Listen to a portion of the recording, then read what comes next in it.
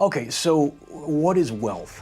Like success or happiness or freedom, wealth is a really abstract term that doesn't have a clear meaning.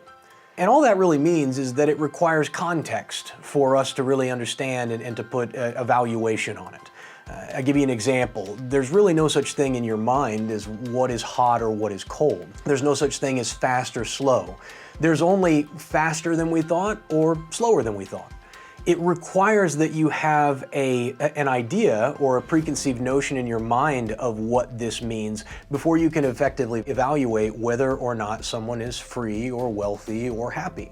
And more importantly, you need that context in your own life. And what you tend to see is that people who are maybe not that financially well off will say, well, you know, I don't make a lot of money, but I'm wealthy in other ways. I'm rich in family and friends. I'm rich in happiness in the work that I do. And you'll have other people who will be very financially free, very happy with their financial situation, and look at them and will say, well, yeah, they've got all this money, but you know, they've got a terrible family life, they don't have any friends, they work all the time, and so they're not really wealthy, not in the true sense of the word.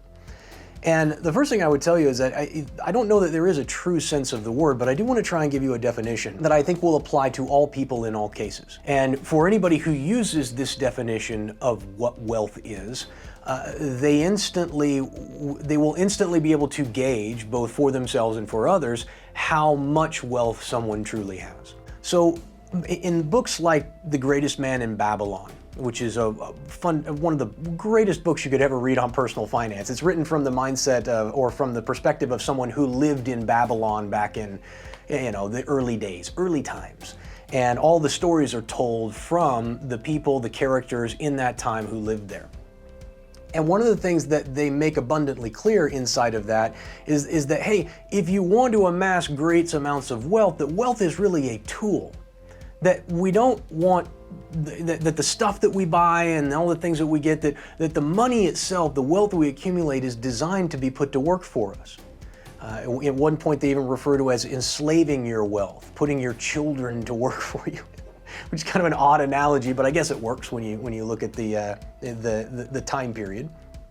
And I came to the realization after reading that book that, you know, money, as we think about it, and traditionally wealth, as we think about it, is a renewable resource. It's something that we can get again and again and again, over and over again throughout our lives. And there will be times when we have amassed a lot of money, and there will be periods when we don't have any. We go through feast and famine. And if you're lucky enough to be in a position your entire life where you want for nothing and you have more wealth than you could possibly spend, count your blessings, because most people, even people who are wealthy for periods of their life, don't have that in perpetuity. What we don't get more of is time. We all have the same 24 hours in a day. Some of us live long lives and others' lives are cut short. But whatever your time on this earth is, it's the same for everybody in terms of the hours of the day. So once today is gone, once I'm done recording this video, once you're done watching this video, you'll never get it back. The time, I mean. And so when I look at what should really be focused on, is it time or is it money? Well, certainly I think that time, the ability to engage in activities that we enjoy, the ability to have the freedom to walk away from the job or to quit early on a Friday, those things are far more valuable than the money that you have in your bank account. And so, as I look at the traditional understanding of wealth, the money you have, the investments you have, I think that we do ourselves a disservice if we think of it purely from a financial standpoint. Instead, I'd like you to think about wealth this way. Wealth is the ability to do what you want, when you want, where you want, with who you want, for as long as you want, without consideration for the cost. And when I say cost, I mean financial cost. So wealth is really about time freedom. It's about control over your own life. Whatever increase you seek, whether you need more money or you would like more happiness or better relationships or better health or more free time, whatever you desire, having greater control over your own life and the ability to choose what you do and who you do it with is one of the most important things, especially when we view this through the construct and the context of time being a non-renewable, non-replenishable resource. Well, good grief. Well, every one of us should be focused on creating more autonomy, more time freedom, and time selection in our lives. Now, to a degree, that requires some actual money, right? So we have to be able to pay our bills. Whatever lifestyle we want to enjoy, we need to be able to afford that. So if you want to fly private and drive Ferraris and stay in 5-class resorts and travel the world, you're going to need a lot more wealth to spend your time the way you want to, or a lot more money, I guess, than someone whose greatest ambition is really just to own 50 acres in the Black Hills and be left alone. See, that person is going to be able to achieve that level of autonomy, the level of wealth that we're talking about, or as we define it, perhaps quicker than someone who wants a little bit more. But the truth is that it's your life, and you ought to be able to spend it however you like. And so while money is an important aspect of creating wealth, it's not the be-all end-all. Remember, money is the tool we use to achieve wealth and freedom. And when we use this definition that wealth is getting to do what you want, when you want, where you want, with who you want, for as long as you want, without consideration for the cost, we can begin to look at definitions for things like happiness, things like success, things like freedom.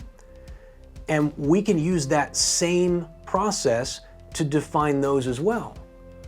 So when I talk about wealth, I talk about freedom, I talk about happiness, I'm really talking about autonomy. That's what it comes down to.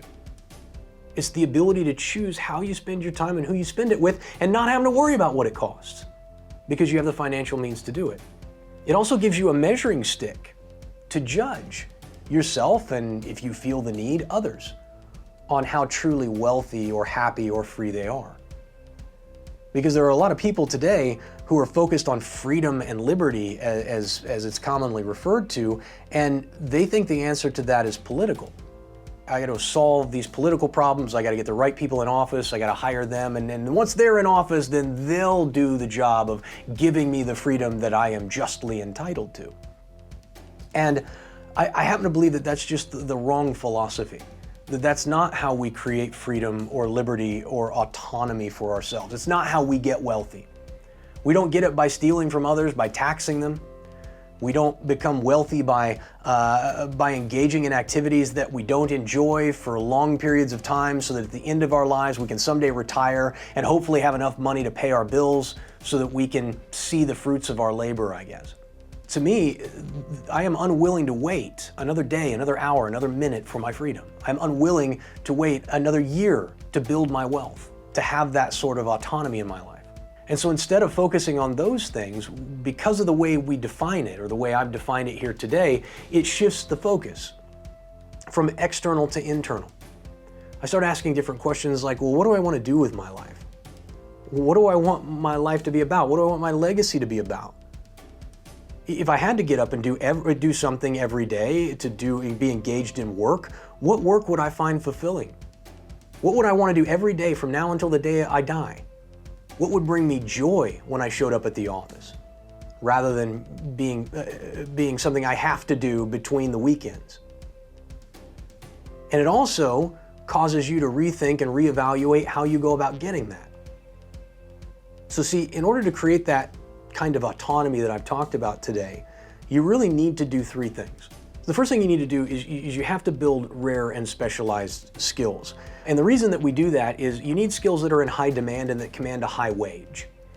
Whether you work for somebody else or you work for yourself, the more rare, the more specialized the skills, the more you will be paid for solving the types of problems that your skills can solve. And all of that extra money allows you to do the second thing.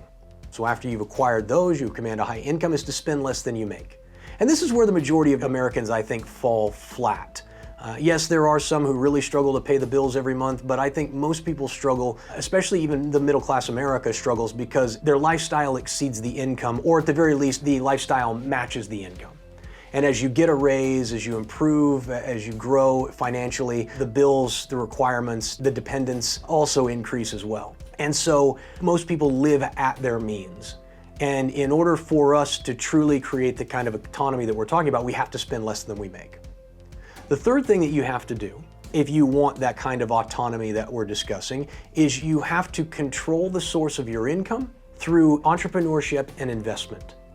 So that money that you're making and that you're spinning off needs to go into starting a business, control income that you control so that you're not reliant on a boss and you can't show up one day and find out you're going to be out of work, and investment. I mean, you can invest in yourself, you can invest in other companies, you can invest in a million different things. But the rule about investing is we invest in things we understand. And if you don't understand it, then it's your responsibility to go and do the research and learn about stocks, learn about real estate, to the point that you can invest in them as someone who understands that process and isn't just throwing off their cash that they've earned at their job to a money manager or an investment advisor who maybe doesn't have your best interests at heart. So what do we got? Rare and specialized skills, spend less than you make, control the source of your income through entrepreneurship and investment. And then last but not least, the most important thing is creating income mobility. And what I mean by that is creating income from your job, from the work that you do, that can be done from anywhere. Now, for a lot of people, that's going to require a completely different skill set than they have today. But one of the ways that we will constantly have our autonomy challenged is by governments and corporations that will choose or attempt to enforce its will on us. And there may come a day, God forbid it ever happens, that the state you live in, the country you live in, may become uninhabitable for you as someone who desires the type of wealth and freedom and autonomy that we're discussing. And the only way that you can escape, doesn't matter how much money you have, if you can't bring the income with you, it's very difficult to uproot and move. I was lucky enough to just leave California for that very reason. And because of the way that I have constructed my life and constructed my business, I can leave the state and work from another state. It saves me a ton on taxes and regulation and all of that stuff. But most people don't have that, even if they do have a decent salary or a decent business. So if you'll do all of those things, continue to acquire skills that are rare, continue to spend less than you make, invest in entrepreneurship and other investments, and make your income mobile, you can achieve the greatest level of personal autonomy and ultimately wealth and freedom for yourself. Once I figured this out, and once I was able to do it for myself, I realized that that should be the mission. The mission should be telling other people about this and helping to explain it to them, and then once they get it, once the light bulb goes on, showing them how they can do it in their lives. And that's what we're about now. That's what my Nomad Network is about. That's what the YouTube channel is about. That's what my business is about, is it's all about taking what I have learned to be true in creating real freedom, real wealth, real success for myself and showing other people how to do it. Anyway, that's it. I hope that's valuable for you. If it is, just leave me a comment. Let me know that you really like this video. Let me know what else you'd like to learn about, what else I can teach you that will help you along this journey. As I said, this is what I do, and I'd love to talk to you guys about it, so leave a comment below, like and share if you're finding this on a platform where you do that, and I'll talk to you soon.